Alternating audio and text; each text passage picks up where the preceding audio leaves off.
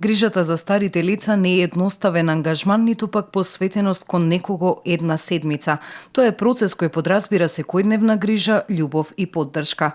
Од денеска па се до 29 ноември, старите лица се во фокусот и во Битола, во домот за стари лица Сјурајдер се одбележува оваа недела. Тука се Црвениот крст од Битола, потоа Сдруженијето на пензионери од Битола веќе се најави со своја донација за старите лица и со пеачката група која е под нивно покровителство ќе имаме еден ден големо дружење, тоа е во среда.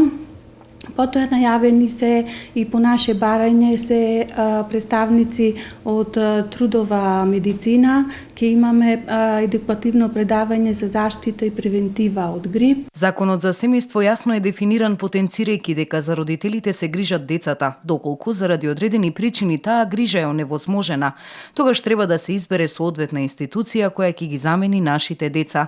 Приоритет при сместувањето имаат лицата кои се во социјален ризик, потоа доаѓаат оние со индивидуални договори и на крај оние на кои им е неопходна постојана помош при одржување на хигиената, исхраната, движењето и слично. Домот не е една затворена средина, тие си излегуваат и во во паркот, во градот и така натаму, си пазарат, одат на пазар и посебно во летните, пролетните денови, вака јесента годинава беше доста убава, си напазаруваат, доаѓаат тука, си се дружат. Тргнувајќи од тезата дека сите ние сме нивни деца, треба да знаеме дека третото доба не секогаш е загуба на идеи, желби или потреби. Имаме друштвени игри, секој прошетки низ Битола, зоолошка градина, Охрид, секаде исто друштвено и играме друштвени игри секој ден, за тоа се води програма.